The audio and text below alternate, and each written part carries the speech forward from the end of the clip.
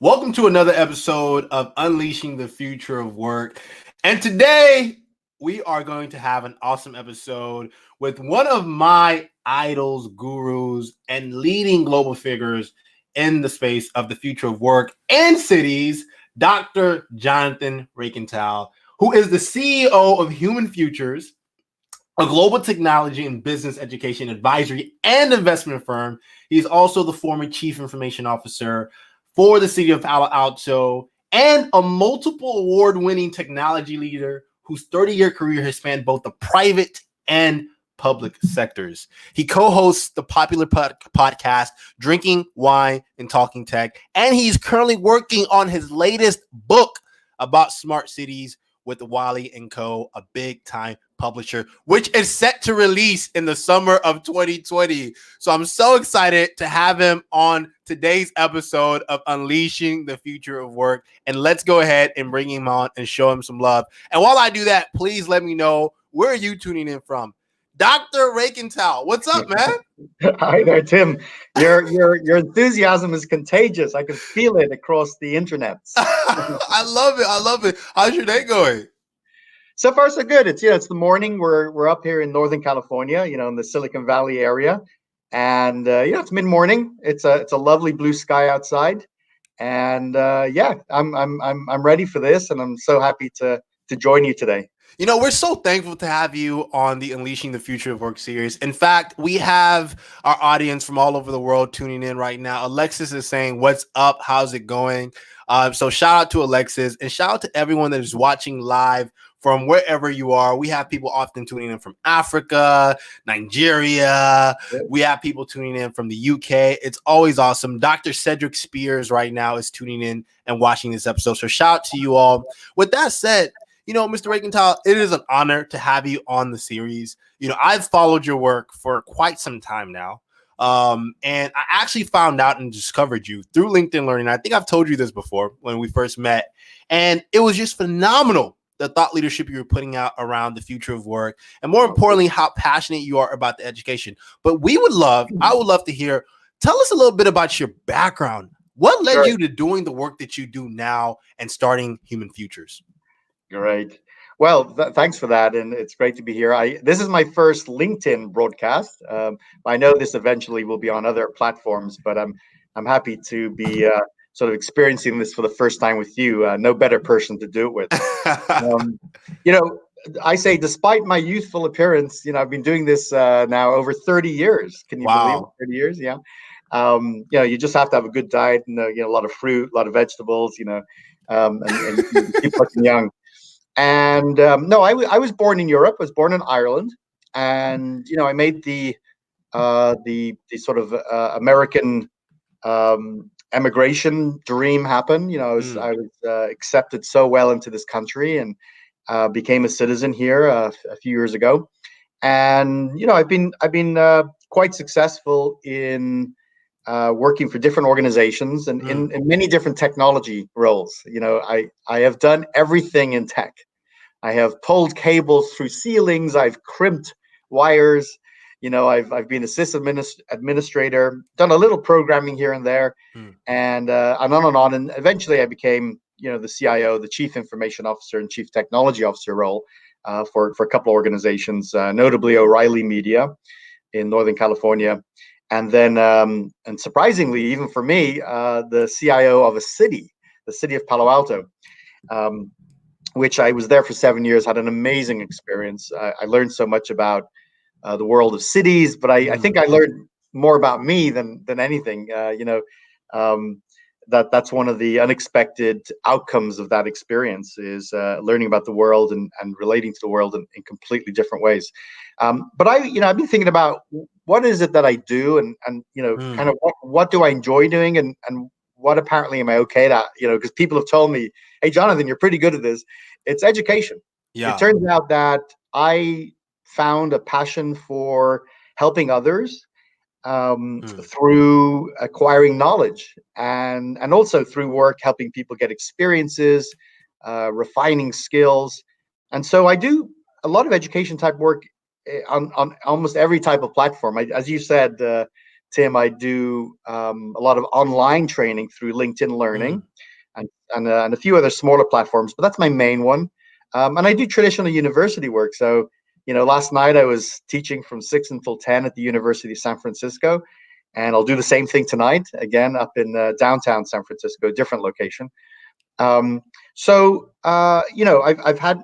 been involved deeply in the technology world, very passionate about innovation in particular, technology innovation, and it's all sort of contextualized in the realm of education. So that's a little glimpse of who I am and my background. And so interesting because you have such a dynamic background, and it's a lend to your perspective. You not only have seen how things operate, right, with big enterprises and firms, but you also see how things operate for citizens in cities and their day-to-day life. I would love to get your perspective. One, let's start with this. How do you see leadership changing in the future of work? Yeah, no, I love that you raised this idea that, I got exposure to both the private sector and the public sector. It's like a 360-degree view of life. Before I worked for a city, I only kind of saw 50% of the world. I mean, I didn't really understand public service. I didn't even understand how a city worked. And it exposed me to this completely different world of how cities function, how our governments function, not only here in the US, by the way, but all over the world. I've been so privileged to help governments in South America and the Middle East and Europe and even Australia and South and other places. And so it does give if you have the privilege to do that, which I had, it does give you this very unique perspective on work and the global economy in general. And then clearly I've spent a lot of my time in the US, really understanding how the US functions. Everything is changing. Everything is changing and actually changing quite rapidly, as we all know. We're in the midst of what I believe to be a fourth industrial revolution. And if you look back at the first, second, and third industrial revolutions, the world that entered into each of those was different from the world on the other side. If you were born before, the second industrial revolution and lived through a few decades of that, the world was changing rapidly. If you were born at the beginning of the 20th century and lived the 20th century, I mean, look what you were exposed to. Everything from, we didn't fly at the beginning of the century barely, and then we had the Concorde and 747s and the Boeing 787 by the end of the century. There was no computers, no digitization. So now we enter this fourth, which is this convergence of, the physical world, the digital world, and biology.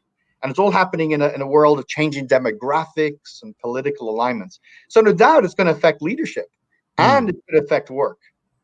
Part of it is, part of entering a new revolution or a time of great transition is we don't know how things are going to emerge. It does create this uncertainty. It creates a high degree of unpredictability.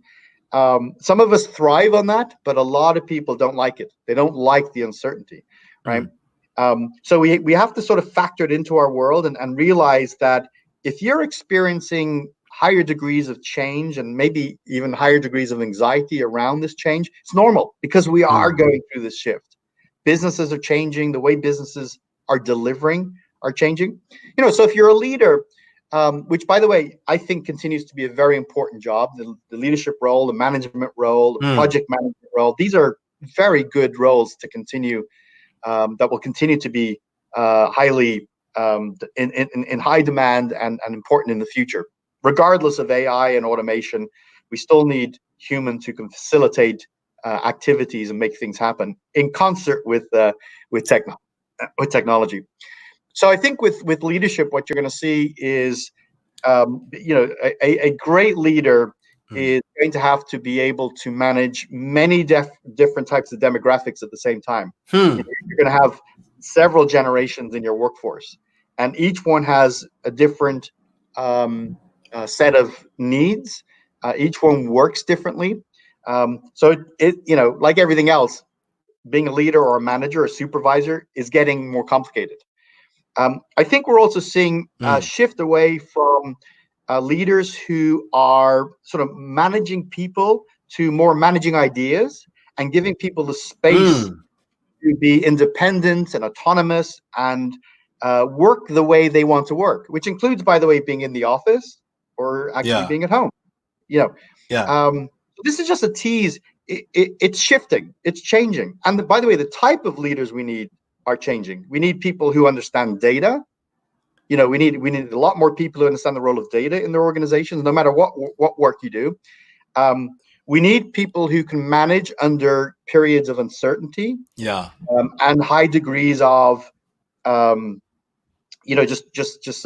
pressures from a rapidly evolving marketplace. We're going to lose that comfort that we had maybe in the 20th century, where sort of this need to be able to understand what's going on, adapt quickly, manage a very diverse workforce, and still be successful and have a good life. These are going to be areas that we will see leaders and managers having to develop.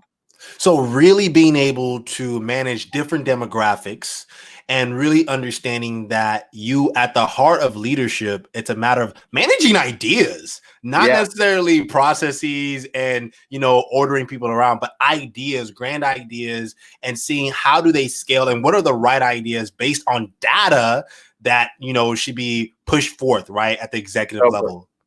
Yeah, I mean, you kind of go, if you go back to sort of work in the sort of the second industrial revolution, where we start to see the first factories and stuff, it's very much like building widgets. It's like you do that for 8 hours or 10 hours, put that little piece of technology, put that little widget on that thing, put that screw in, that's kind of work. But obviously we've entered a new era in the 20th century. Now heading into the 21st century, many of us are, information workers.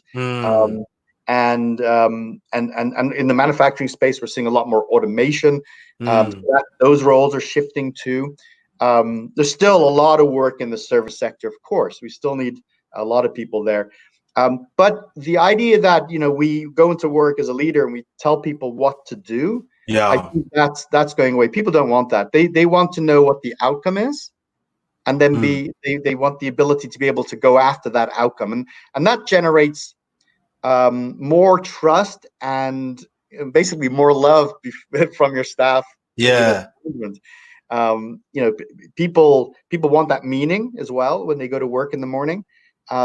So if you're kind of a leader, kind of trying to think through what do I need to do to be a successful leader, you're going to have to really understand what your workforce is looking for to be successful and engage in that conversation. Woo, that's deep. That's deep, Jonathan. Please dive deep on that, because what I love about what you're saying, Mr. Reichental, is the fact that you're saying that there's this paradigm shift to leadership, right? That's happening, right?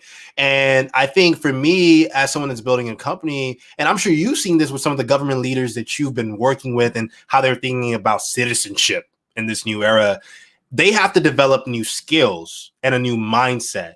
Do you have any thoughts, even for you? How have you changed as a leader? And what do you think are some of those skills and mindsets, this next generation of leaders need to start embodying?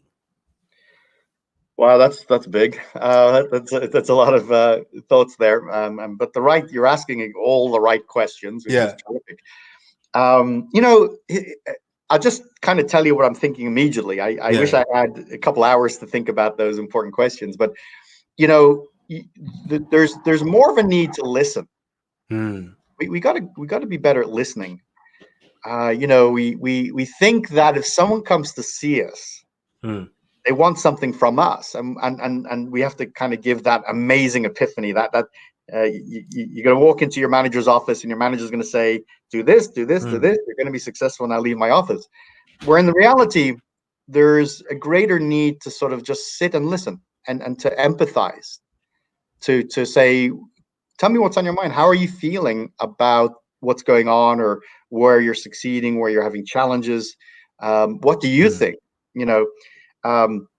It's a different period. We're in a much we're in a period of much greater empathy and relationship building between the different stakeholders, within an organization.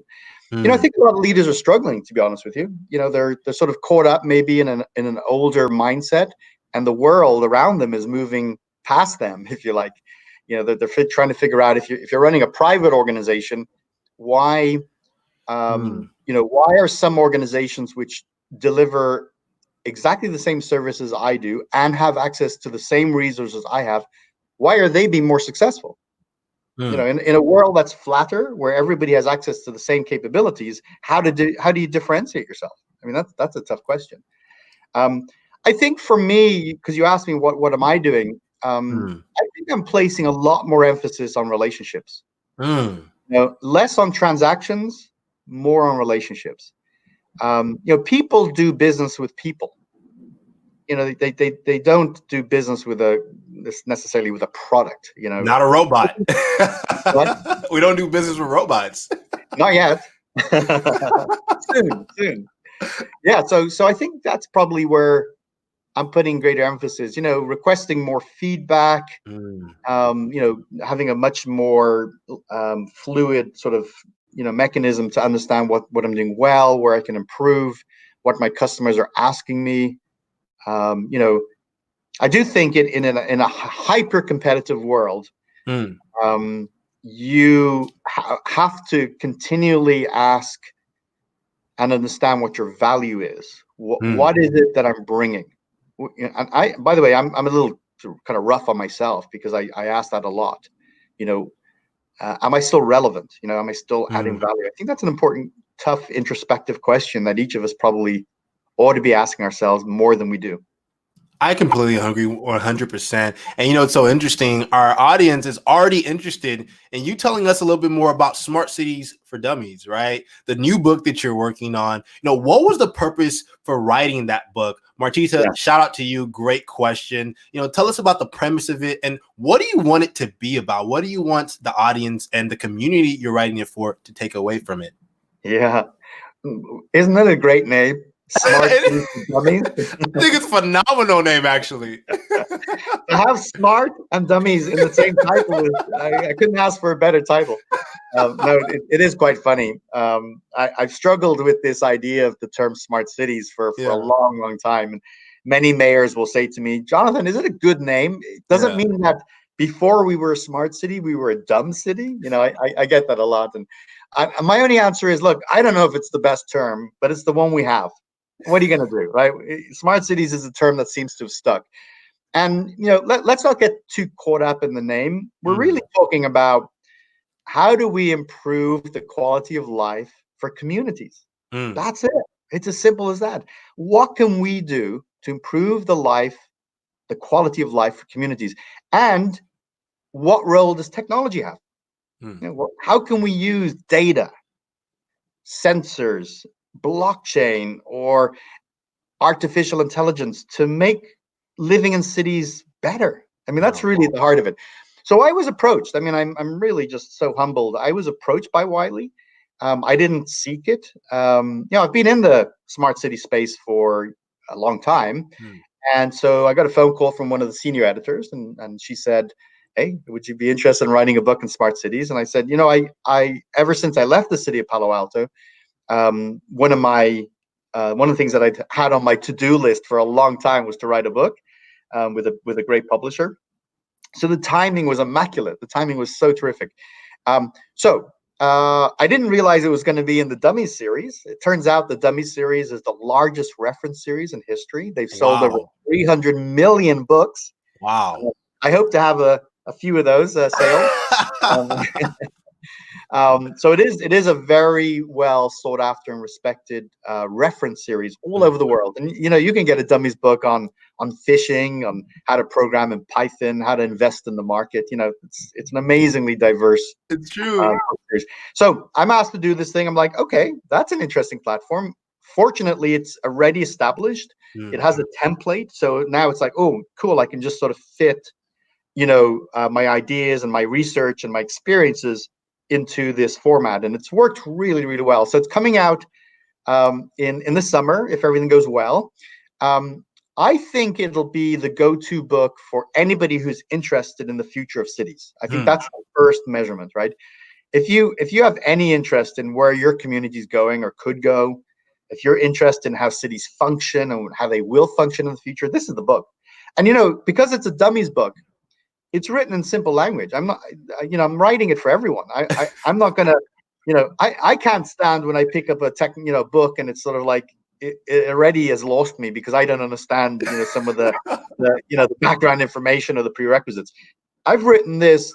If you know nothing about how a city functions, you can pick up the book and within a few minutes, within a couple hours of reading chapter 1 and chapter 2, you're like, this is cool. I have a much better sense of what's going on, why my city is the way it is, and more importantly, what can we do about it?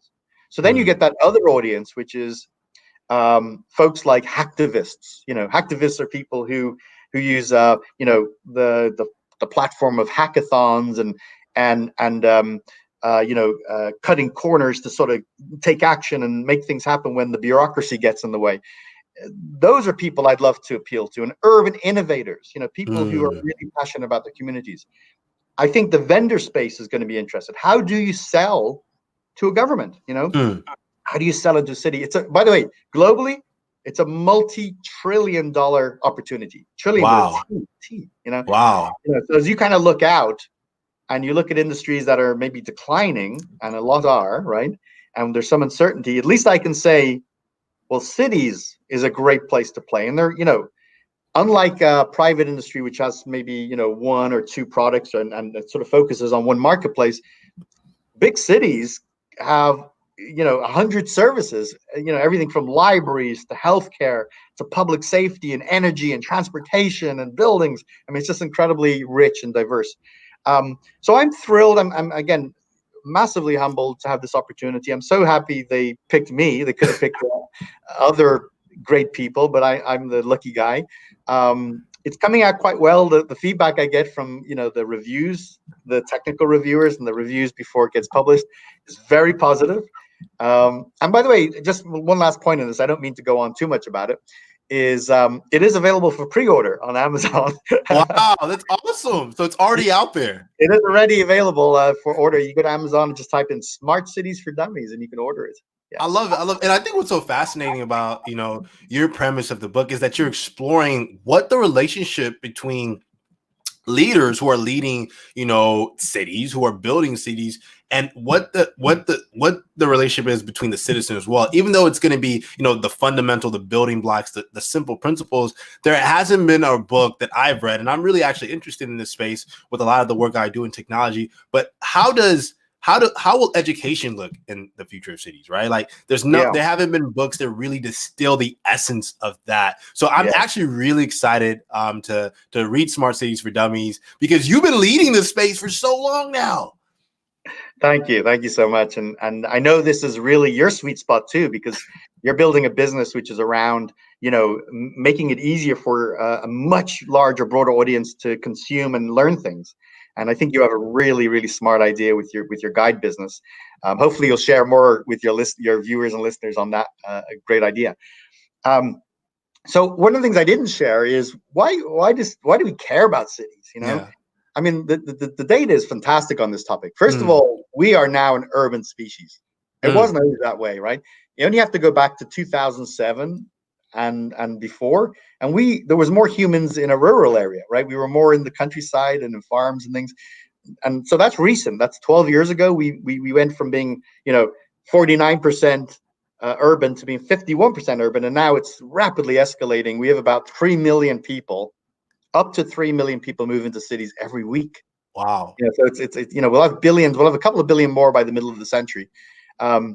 And cities generate most of the world's GDP, about 70% of the GDP. And they are now the heart and beat of the human experience. The rural areas are still important. Agriculture is still vital. We're shifting. We're automating more of that, and more people are moving into the cities because life is better. Mostly is better in cities, and it is it's been called the greatest human invention. Cities have brought more people out of extreme poverty than anything else, and it continues to do that every single day. Now, the data shows that the more people that are educated in a city, the more successful the city is. There's a direct empirical evidence for this. So the cities that have universities and colleges and other types of educational establishments, or governments and organizations that promote learning through multiple channels, those cities are more productive, the people are wealthier, and as a consequence, there's more tax revenue, the services are better. And you see that city after city. You see San Francisco, of course, New York City, Paris, Definitely, Singapore, Melbourne, Australia. Don't want to lose any, don't want to disenfranchise any part of the world, but you see these cities in all parts of the world that have put a focus on education, have an educational infrastructure, and they're seeing the success of it. The other aspect, of course, is, and I know you didn't ask me, I'm just going to offer it up anyway, is the difference between an open city and a closed city. Talk to us a little bit more about that. That's interesting. What's the differences? Well, and I mean, and it'll vary by culture and by interpretation. But the more that the society enables people to be as free as they want to be, they have the ability to express themselves in the way they want to be, that results in a more productive, a wealthier city. Now, closed communities, societies that have more authoritarian type of rule sets, and there are more constraints for what people can do and how they do it. And by the way, the difficulty, like a good test is, how long does it take to form a business? You can go country by country and say, in one country it takes 3 weeks from the point at which you put the paperwork in and you get that permission to your company's formed in 3 weeks. Some it's 2 months. Some places it's a few hours. Wow. So that's the difference between a society or a city or region that has, decided to be sort of embrace the ability for people to be more free in what they do, and that includes being able to do it quickly. So one of the examples, and I want to be sensitive to your audience, is what happened in Argentina over the last few years, a few decades. So just go back a few decades, and Buenos Aires was a very prosperous, wonderful city, a lot of education, extremely educated people, and it was very open. And over a few decades, it became closed more and more. And today, Argentina struggles, as you know. I don't think. I think they have the opportunity to break out and do amazing things. But Buenos Aires went from being this very prosperous open city to today having quite a lot of difficulties as a response of being not as more closed. So let me ask you, the difference between open and closed cities. I love that because I've actually visited Oman before, which is a city in the Middle East, and they have more of a closed ecosystem, right? Okay. It takes months to start a business in Oman. And I think I've experienced firsthand what a closed ecosystem like city looks like. I want to ask you, within your book, because we have Martita, one of the lovely members of our Unleashing the Future of Work community, she's saying, will you be addressing poverty or special districts in the book? I'm here. Will you be addressing poverty or special districts in the book? Yes, I will. Because it is a high level, kind of in some ways entry level book, I don't go terribly deep on it. But I do touch on these important topics. Look, let me be real clear. I kind of paint a pretty optimistic picture of cities, but we still have 1 in 3, 1 in 4 people in the world, they live in a slum in a city. And so there's great tragedy there. It's evolving more rapidly than ever before to be more positive. But life within cities, for many people, still is tough. Statistically, more people are benefiting. But if I said to you, there's still 1 billion people inside cities who have a very, very tough life. That's 1 billion people, and that matters, right? And so I do talk about the continued challenges we have and ways in which different cities are succeeding in overcoming that. These are tough topics. Something like homelessness. I mean, this is a very, very big topic now. not only in the U.S. but all over the world. I mean, it's a tragedy. And of course not easy to fix, but we can fix it. We can fix it. Yeah, and I talk about innovation districts and special economic zones, how they have benefited cities. So the toolbox for city leaders is vast. And the question is, Wow. what is your strategy? Where do you prioritize? How much budget do you have available to you, or how can you get the funding you need? What funding sources are available? But I'm very optimistic that we now see a new generation of city leaders, new city managers, a new generation of elected officials who are, many of them are either Generation X like myself, or millennials now, as they really enter the mainstream of employment. Yeah. They're digital natives. They get tech, and they want to make change, and they're impatient. So Jonathan, how do you see, our relationship with the cities we live in changing due to the nature of the amount of tools and, technology that city managers and government leaders now have? Well, people want to be more engaged. They actually want more of a voice, and that's right. I mean, that's what democracy is about. Yeah. We elect people to do things on our behalf, but that doesn't mean we check out. Democracy does mean participating. It means being part of your community, and it's not I say it's not a spectator sport. Democracy is not a spectator sport. It's not. Don't sit back and watch it happen, because if you do, you're basically giving others the right to impose their way of living on you, and we see the consequences of that all over the world. If you want to have your ideas heard and acted on, you got to participate. So I think that is a big change.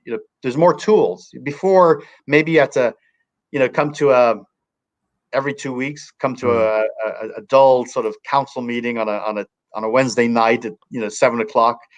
When actually you want to be at home with your children or doing something else. Now you can, many communities, you can dial in by video or telephone. You can access online platforms to be able to express your point of view.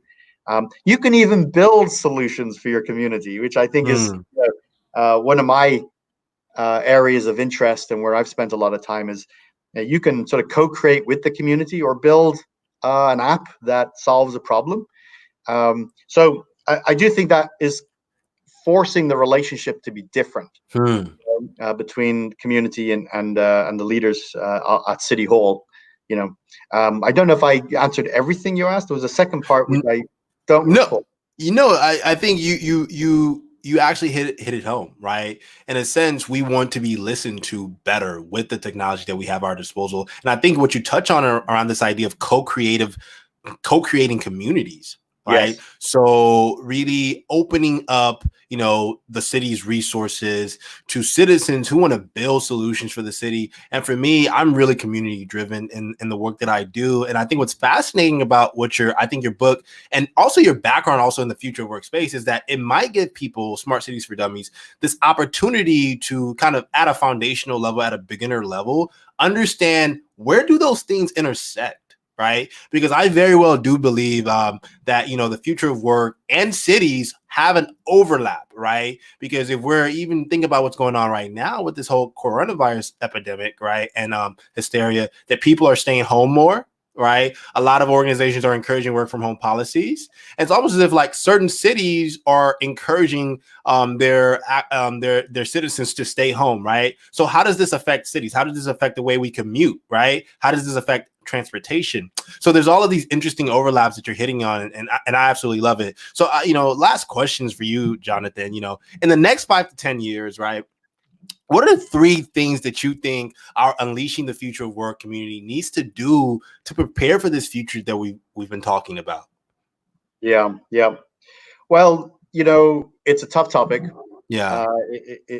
I don't have a way to say give any advice with any type of massive certainty, but there's things that are more likely than others, and we can say that. One way to think about the future is The data shows that by Mm. 2030, which is really only a little over 9 years away, Yeah. we could displace about 800 million jobs in the world. Wow. That's 20% of the world's workforce displaced by artificial intelligence, robotics, and automation. That's a worst case scenario. That's where we have significant societal challenges. We rarely get those extremes, though. We rarely get those extremes. The other argument, of course, and this is true of the other industrial revolutions, is each revolution actually created more work and more opportunity, and the employment needs were greater. You think about today, even with the all the technology we have and all the automation we have, many nations, including the United States, are booming in terms of jobs. I mean, it's funny to talk about a more negative future in the context of where we're actually creating a lot more work right now. Yeah. But you can't. There's more abundance than ever. Yes. But you can't really base the long term on a point in time. I mean, the best example of that is climate change. If it's cold tomorrow, that doesn't give you any indication. You've got to look at the actual trends over decades, right? So, I mean, there's so many angles we could look at this question. Everything from, if we do go to extreme automation, what does that mean to tax revenues? When you're not getting as much payroll, and there's those kinds of things. But you asked me about sort of three things. Yeah. The first thing is, sorry if this is too basic, but recognize that change is underway, that what you're doing right now might not be relevant in a few years. If you can recognize that, it means you're sort of beginning to think about options that change might be ahead. Look, maybe not, right? Maybe you're going to be fine. Maybe you're sort of towards the end of your career and you're like, I don't care. I'm close enough to retirement. Things are going to be fine.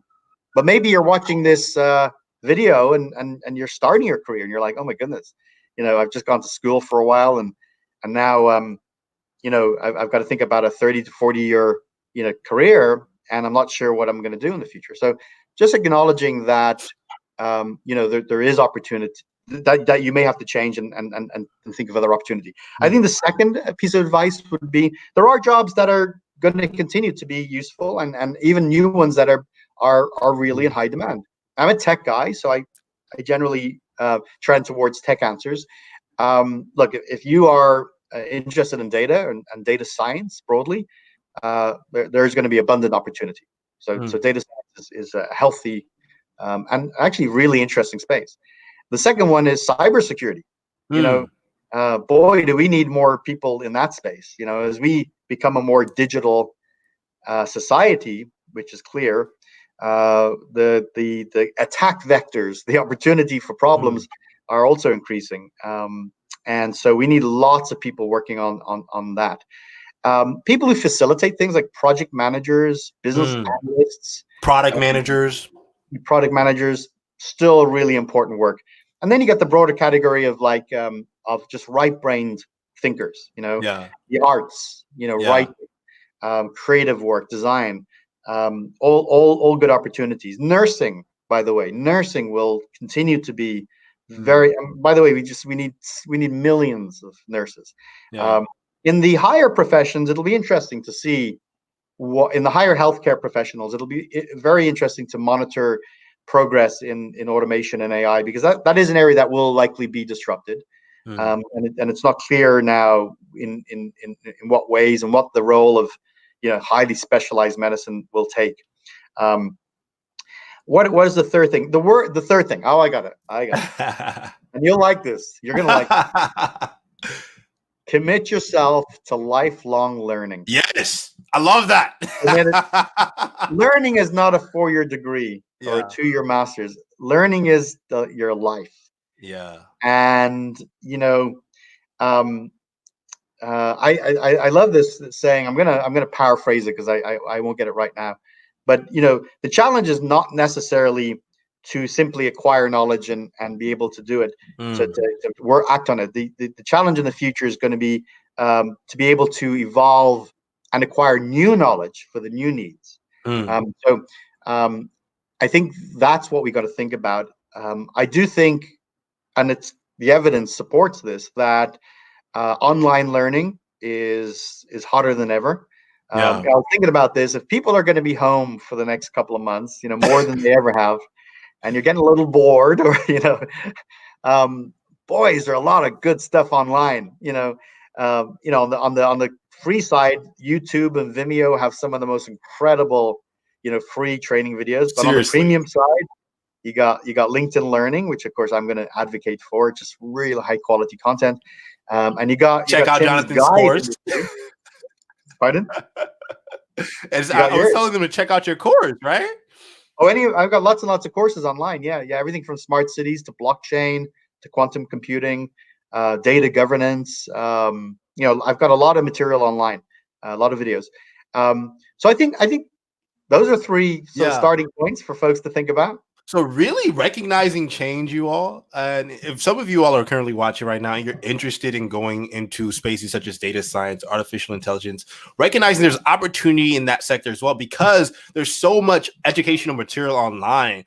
In fact, that's actually watching Jonathan's courses is what educated me about the future of work, artificial intelligence. So for me, lifelong learning has always been a passion of mine, Jonathan. And, I love how that's your last point, because I think people don't realize how to do it in today's generation.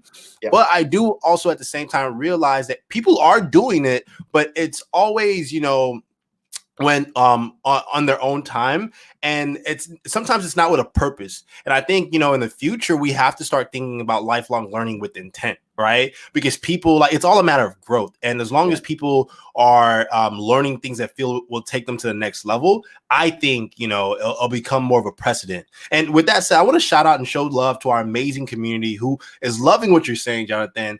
Daniel is saying future jobs for fields that involve integration, facilitation, and compassion are going to be hot. So, and he also says he loves your entire point on lifelong learning, hashtag always be learning. Edward is saying best conversation ever. The opportunities are diverse, and so is the guest. Thanks, Tim. Your questions are deep and spot on too. Well done. So he's loving what we're putting out there. And in addition, Martita is loving your book. She really is interested in it. And, she asked earlier, are you going to talk about poverty? So I think she's really excited for your book to come out, man. So definitely we'll make sure to share a link to the book that's on Amazon for pre-order, correct? Yes. To the comment later on. And with that said, Jonathan, I want to ask you, where can the people find more information about the work that you're doing? Well, I'm pretty easy to find, on the internet. I think I'm a big user of Twitter still. I'm still trying to figure out what's going on with Twitter and where it's headed. It's a big unknown to me, but I still find it to be useful to share and to learn from. I follow great people who I learn lots from, and I actually follow a lot of funny things. So it's nice for a laugh here and there. But I recognize there's a bit of nastiness out there too, and that goes without saying. So Twitter is a good one, at Reichental, as you can see on the screen here. Please do follow me. But if you wanted to talk more and maybe even exchange ideas, or whatever it is you'd like to do that I can help you with, I think LinkedIn is probably the best place. I'm very, very responsive, so you can either follow me or connect with me and send me a direct message. And then I have my own personal website, which is really complicated. It's Reichental.com. You can go to Reichental.com and you see a lot of my videos and podcasts and articles that I've written there. Many of the courses I do at big universities are available for sign up there. So I think those are the ways. Between Twitter and LinkedIn, you got, and my Reichental.com, you got me. Dr. Reichental is incredibly active on Twitter, so definitely give him a follow. And our followers and our community is saying that they are showing up and they're going to support your book. Daniel has already placed his pre-order, Mr. Supply Chain. Yep. And Patricia says that she has already sent you a friend request on LinkedIn. So you are building community, Jonathan. Oh, thank you. With that said, Unleashing the Future of Work community, thank you so much for tuning in to this amazing episode with me and Dr. Reichental. And we appreciate you. I think, it's so fascinating Jonathan. Everything that you said about the future of work, how leadership is changing, and how the affinity that we have with our cities is going to change is spot on. And I, for one, am very excited to pick up Smart Cities for Dummies. I think it's going to be one of the best books written this year around a passion area of mine. So we're really looking forward to it, Jonathan.